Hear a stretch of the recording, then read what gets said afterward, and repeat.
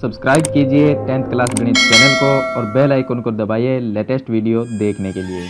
Hello friends, चलिए हम आज इस वीडियो में चैप्टर नंबर 15 जो प्रायिकता है उसके उदाहरण नंबर 11, 12 और 13 तीन उदाहरण इस वीडियो में हल करेंगे जो पीछे रह गए थे। तो पीछे वाली वीडियो मैंने आपको उदाहरण नंबर 10 तक कंप्लीट बता दिए हैं। अगर वो वीडियो देखनी है तो इस वीडियो के डिस्क्रिप्शन में आपको प्लेलिस्ट का लिंक मिल जाएगा, उस पर क्लिक करके आप पीछे वाली वीडियो देख सकते हैं। तो चलिए हम उदाहरण नंबर 11 को हल करते हैं। इसमें दिया गया है कि एक लापता हेलीकॉप्टर के बारे में सूचना मिलती है कि वह आकृति में दर्शाए आयताकार क्षेत्र में, ये एक आयत के जैसा आयताकार क्षेत्र है, इस क्षेत्र में कहीं पर गिर गया है। तो इस क्षेत्र के अंदर एक हेलीकॉप्टर है, वो गिर गया है। आगे लिखा है इसकी क्या प्रायिकता है कि वह आकृति में दर्शाई गई झील में गिरा है। यानी कि ये इतनी झील है इसके अंदर पानी की, ये पानी की झील है। तो प्रायिकता हमें इस झील की ज्ञात करनी है कि वो उस झील के अंदर गिरा है। तो पहले तो हम इस पूरी आकृति का, ये आयताकार जो क्षेत्र है, इसका हम क्षेत्रफल ज्ञात करेंगे। तो वो तो होगा इसके संभव परिणाम, यानी कि कुल हो जाएगा। अब इस झील में गिरा है उसकी प्रायिकता ज्ञात करनी है, तो इस झील का क्षेत्रफल भी हम ज्ञात करेंगे। उसके बाद में अनुकूल परिणाम में झील का क्षेत्रफल आएगा और बट्टे में संभव कुल परिणाम जो होते हैं उसके अंदर पूरा जो क्षेत्र है इसका क्षेत्रफल आ जाएगा। तो चलिए हम हल करते हैं। सबसे पहले हम ज्ञात करेंगे पूरे क्षेत्र का संपूर्ण क्षेत्र का क्षेत्रफल। अब इसका क्षेत्रफल ज्ञात करते हैं। तो ये जो पूरा क्षेत्र है वो एक आयत के जैसा है। तो आयत का जो क्षेत्रफल का सूत्र होता है वो लंबाई गुणा चौड़ाई होता है।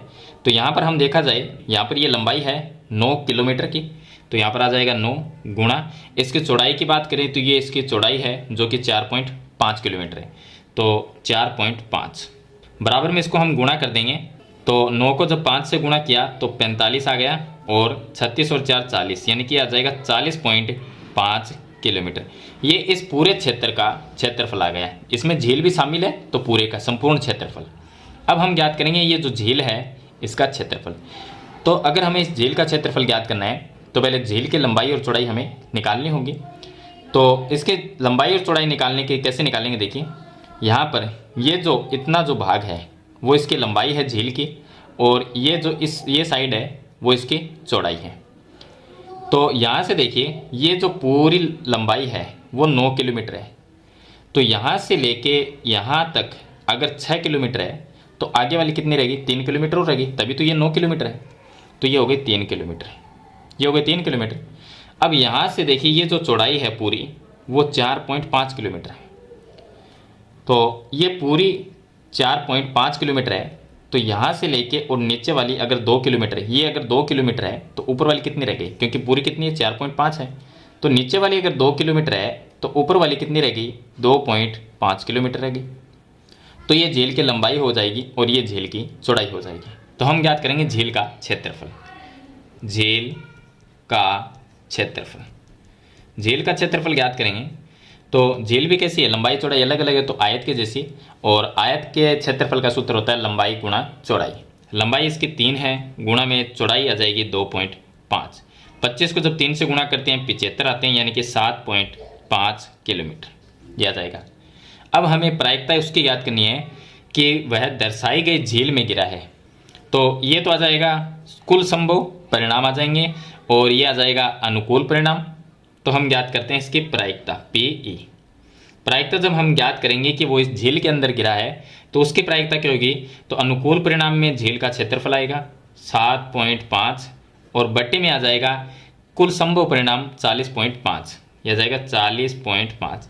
एक एक संख्या के बाद में पॉइंट है तो पॉइंट से पॉइंट कट जाएगा, यह आ जाएगी 75 और बट्टे में आ जाएगा 405। अब दोनों में 15 का भाग जा सकता है, तो 75 में 15 का भाग जाएगा 5 बार, और बट्टे में यहाँ पर अगर हम 15 का भाग देते हैं तो 15 दुनिया जाएगी 30, और उसके बाद में 105 रह जाएगा तो 7 बार चला जाएगा। तो 5/27 है वो आ जाएगी इस झील में गिरने की प्रायिकता। तो इस तरह से उदाहरण नंबर जो 11 है उसको आपको हल करना है। चलिए इसके बाद मैं आपको बताता हूँ उदाहरण नंबर 12। अब देखिए उदाहरण नंबर जो 12 है उसमें लिखा है कि एक डिब्बे में 100 कमीजें हैं। तो हमारे पास में क्या है, एक डब्बा, एक डब्बे के अंदर कुल कमीजों की संख्या कितनी है, यानी कि 100 कमीज है इसके अंदर, तो वो जाएंगे कुल संभव परिणाम। तो चलिए मैं यहाँ पर लिख देता हूँ कुल संभव परिणाम। कुल जो संभव परिणाम है वो आ जाएंगे 100। क्योंकि 100 कमीज है कुल, तो वो संभव परिणाम हो जाएंगे। अब आगे इसने लिखा है जिसमें से 88 अच्छी है। अच्छी कितनी है? 88। 88 कमीजें हैं वो अच्छी है, और 8 में थोड़ी सी खराबी है, यानी कि थोड़ी खराब। तो मैं यहाँ पर लिख देता हूँ थोड़ी खराब, वो कितनी है? 8। और 4 में अधिक खराबी है, यानी कि जो अधिक खराब है वो है 4। तो यहाँ पर आ गया 4। इस तरह से टोटल 88 अच्छी है, उसके अंदर थोड़ी सी खराब है वो 8 है, और उससे ज़्यादा खराब है वो 4 कमीजें हैं। तो इस तरह से टोटल इनका योग 100 होता है। तो 100 कमीजें हमारे पास में दी गई एक डब्बे में। आगे इसने लिखा है कि एक व्यापारी जिम्मी, एक व्यापारी है जिसका नाम है जिम्मी, वे ही कमीजें स्वीकार करता है, यानी कि वही कमीजें स्वीकार करता है जो अच्छी है। तो अच्छी कितनी है? 88 है। तो इनको वो स्वीकार कर लेता है। जबकि एक अन्य व्यापारी सुजाता और दूसरा व्यापारी जो है वो सुजाता है, उन्हीं कमीजों को अस्वीकार करती है जिनमें खराबी अधिक है। तो वो अस्वीकार कर देती है इनको, जो अधिक खराब है इनको अस्वीकार कर देती है। तो इस डिब्बे में से एक कमीज को यादृच्छिक रूप से निकाला जाता है। तो इसकी क्या प्रायिकता है कि वह कमीज जिम्मी को स्वीकार हो? तो जिम्मी को स्वीकार हो, इसकी प्रायिकता हम ज्ञात करते हैं। तो देखिए क्वेश्चन नंबर 1 इसका, तो हम ज्ञात करते हैं जिम्मी को स्वीकार हो की प्रायिकता। इसकी हम प्रायिकता ज्ञात करेंगे तो PE बराबर, अब जिम्मी को जो स्वीकार है वो कितनी कमीजें हैं? तो वो कितनी है? 88 कमीजें, ये जिम्मी को स्वीकार है। तो अनुकूल परिणाम हो गए 88, और बटे में कुल जो परिणाम है वो 100 है, यानी कि डब्बे में कितनी कमीज है? 100, तो बटे में आ जाएगा 100। तो दोनों में हम 4 का भाग दे सकते हैं। इसमें अगर 4 का भाग देंगे तो ये आ जाएगा 22, और बटे 100 में अगर 4 का भाग देंगे तो ये आ जाएगा 25। तो ये इसकी प्रायिकता आ जाएगी। और सेकंड जो क्वेश्चन है उसमें लिखा है सुजाता को स्वीकार हो। अब सुजाता को कितनी स्वीकार है? तो सुजाता को जो स्वीकार है, यानी कि उसने अस्वीकार कौन सी की थी पहले तो वो देखेंगे। तो सुजाता उन्हीं कमीजों को अस्वीकार करती है जिनमें खराबी है। तो सुजाता ने ये जो 4 है जिनमें ज़्यादा खराबी है उन कमीजों को तो अस्वीकार कर दिया। इसका मतलब उन्हें सुजाता ने स्वीकार कितने को किया? अच्छे जो कमीज है 88 उनको भी स्वीकार कर लिया, और थोड़ी सी खराब है उनको भी स्वीकार कर लिया। तो इनको अस्वीकार कर दिया। तो इसके अलावा ये बची, यानी कि जो उनको स्वीकार है। तो हम लिखेंगे सुजाता को स्वीकार हो की प्रायिकता। तो इसकी प्रायिकता क्या होगी? तो यहाँ पर फिर से लिखेंगे PE बराबर अनुकूल परिणाम। अब ये सुजाता जो है उसको उसने जो सबसे ज़्यादा खराब है 4 कमीजें उनको तो अस्वीकार ही कर दिया। तो इसका मतलब स्वीकार किसको किया? 88 कमीज को, और थोड़ी सी जो 8 खराब है कमीज उनको। तो अनुकूल परिणाम तो आ जाएंगे 88 + 8, ये आ जाएंगे 88 + 8, बटे में कुल परिणाम जो है वो 100 आ जाएंगे। तो बराबर में ये आ जाएगा 88 + 8, ये आ जाएंगे 96, और बटे में आ जाएगा 100। तो यहाँ पर मैं इसमें 4 का भाग देता हूँ 96 में। तो देखिए इसमें चला जाएगा 2 बार, और ये आ जाएंगे 16, 16 में 4 का भाग जाएगा 4 बार, तो 24 आ जाएगा। और इसमें 4 बार 4 का भाग 100 में जाएगा 25 बार। तो 24/25 है वो इसकी प्रायिकता आ जाएगी। तो इस तरह से आपको उदाहरण नंबर जो 12 है उसको हल करना है। चलिए इसके बाद में इसका लास्ट उदाहरण, उदाहरण नंबर 13, उसको हम हल करते हैं। चलिए उदाहरण नंबर 13 को हल करते हैं। इसमें लिखा है कि एक स्लेटी पासे, एक तो स्लेटी रंग का पासा है और एक है नीले कलर का, 2 पासे हमारे पास में। अब हम जानते हैं कि जो पासा होता है उसमें जो अंक होते हैं वो 1 से लेकर 6 तक लिखे होते हैं, चाहे किसी भी कलर का पासा हो। तो एक तो है स्लेटी कलर का और दूसरा है नीले कलर का पासा को एक साथ फेंका जाता है। दोनों को अगर एक साथ हम फेंकते हैं तो सभी संभावित परिणामों को लिखिए। एक तो जो कितने परिणाम बन सकते हैं उनको फेंकने पे तो वो लिखने हैं, और इसकी क्या प्रायिकता है कि दोनों पासों की संख्या का योग 8 है या 13 है या 12 से छोटी या उसके बराबर है। तो ये 3 क्वेश्चन का हमें आंसर देना है। अब अगर हम 2 पासे को फेंकते हैं तो एक पासे में 1 से लेकर 6 तक अंक लिखे होते हैं, और दूसरा पासा है उसमें भी ऐसा ही होगा, 1 से लेकर 6 तक अंक लिखे होते हैं। अब यहाँ पर दोनों पासों को अगर हम फेंकते हैं तो हम ये मानते हैं कि फेंकने से क्या क्या संभव परिणाम बन सकते हैं। तो हम मान सकते हैं कि दोनों को उछालने पर 1 1 आ सकता है, दोनों को उछालने पर 1 2 आ सकता है, दोनों को उछालने पर 1 3 आ सकता है। तो इस तरह से दोनों को उछालने पर 1 6 भी आ सकता है, या हो सकता है कि दोनों को उछालेंगे तो 2 और 1 आ सकता है, या 2 6 आ सकता है। तो इस तरह से जो हम परिणाम इसके बनाते जाएंगे तो कुल परिणाम इसके लास्ट में ये होगा कि 6 दोनों में 6 भी आ सकता है, तो बड़ी से बड़ी संख्या तो यही है इसमें 6 और 6, तो बड़ी से बड़ी संख्या ये भी आ सकती है दोनों के अंदर। तो इस तरह से हम परिणाम बनाएंगे तो कुल इसके 36 परिणाम होंगे, कुल इसके 36 परिणाम होंगे, क्योंकि मान लीजिए एक पासा ऊपर है तो उसमें भी 6 अंक होते हैं और दूसरे में भी 6 अंक, 6 को अगर 6 से गुणा करते हैं तो 36 परिणाम इसमें कुल बन सकते हैं। तो यहाँ पर हम लिखेंगे कि कुल संभव परिणामों की संख्या, परिणामों की संख्या, कुल इसमें संभव परिणाम कितने बन सकते हैं? 36 बन सकते हैं। 36 ऐसे चांस आ सकते हैं जिनमें ये संख्याएं आ सकती है। अब हमें ज्ञात करना है क्वेश्चन नंबर फर्स्ट कि इसकी प्रायिकता है, इसकी क्या प्रायिकता है कि दोनों पासों की संख्या का जो योग है वो 8 हो, यानी कि दोनों पासों को जब उछालेंगे तो ऐसी ऐसी संख्या है जिनका योग 8 हो सकता है। तो वो कौन कौन सी हो सकती है? तो यहाँ पर हम लिखते हैं कि संख्याओं का योग 8 हो, 8 हो। तो ऐसे ऐसे दो पासों में कौन से नंबर आ सकते हैं?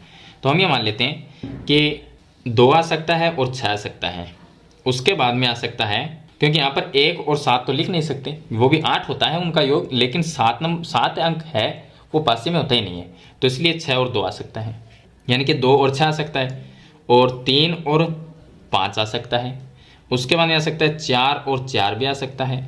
उसके बाद में हो सकता है कि 5 आ जाए या 3 आ जाए, या ऐसा हो सकता है कि 6 आ जाए और 2 आ जाए।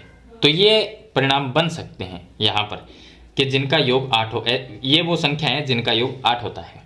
तो 1 2 3 4 5, 5 ऐसे अनुकूल परिणाम हो जाएंगे जो जिनका योग 8 होता है। तो हम अनुकूल परिणाम हो जाएंगे इसके 5, यह आ जाएगा। योग 8 होने की प्रायिकता क्या होगी? तो योग 8 होने की प्रायिकता PE, प्रायिकता के अनुकूल परिणाम कितने होंगे? 1 2 3 4 5, 5 हो जाएंगे। बट्टे में कुल परिणाम कितने? ये दो पासों को फेंकने पर 36 परिणाम बनते हैं, तो कुल संभव परिणामों की संख्या है 36। तो 5/36 है वो इसका आंसर आ जाएगा, यानी प्रायिकता आ जाएगी। दूसरे क्वेश्चन में दिया गया है कि दोनों, देखिए यहाँ पर लिखा है संख्याओं का योग 13 हो। अब हम वो संख्या लेंगे जिनका योग 13 आता है। तो यहाँ पर मैं लिख देता हूँ कि योग 13 हो। तो ऐसे कौन कौन से चांस आ सकते हैं? तो देखिए ज़्यादा से ज़्यादा बड़ी से बड़ी संख्या, एक पासे में 6 और दूसरे में 6, दोनों को अगर जोड़ते हैं तो 12 ही बनते हैं, 13 तो बन नहीं सकता। तो 13 आने के चांस क्या है? 0 है। 13 आने के चांस है 0। इसका मतलब अनुकूल परिणाम तो 0 हो गया, कुल परिणाम 36 हो गया। तो अगर मैं इसकी प्रायिकता ज्ञात करूँ, प्रायिकता आ जाएगी अनुकूल परिणाम 0 बटे कुल परिणाम 36, तो ये इसकी प्रायिकता आ जाएगी। तो इस तरह से आपको सेकंड क्वेश्चन को हल करना है। अब मैं आपको बताता हूँ इसका 3 नंबर क्वेश्चन।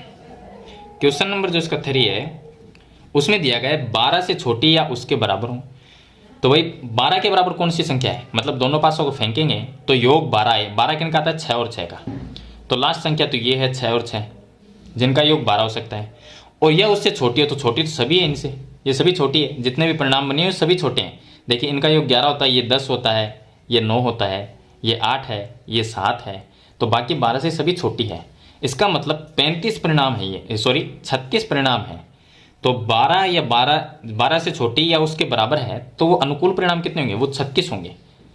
तो अनुकूल परिणाम तो हो जाएंगे 36। तो इसकी प्रायिकता जब हम ज्ञात करेंगे PE, तो प्रायिकता आ जाएगी अनुकूल परिणाम। तो 12 से छोटी या उसके बराबर जो चांस बनते हैं वो कितने होंगे? 36 होंगे, 36 होंगे। और कुल परिणाम जो है, कुल संभव परिणाम, वो भी 36 है, तो 36/36 आ जाएगा। तो बराबर में भाग देंगे तो ये आ जाएगा 1, तो इसकी प्रायिकता 1 आ जाएगी। तो इस तरह से उदाहरण नंबर जो 13 है उसको आपको हल करना है। काफ़ी सिंपल उदाहरण है, मैंने आपको कंप्लीट तरीका इसका वो बता दिया है। मेरे ख्याल से ये तीनों उदाहरण आपको अच्छी तरह समझ में आ गए होंगे। फिर भी आपका कोई सवाल या सुझाव है तो मुझे कमेंट बॉक्स में ज़रूर लिखना। आज की वीडियो में इतना ही, मिलते एक नई वीडियो के साथ, तब तक के लिए थैंक यू।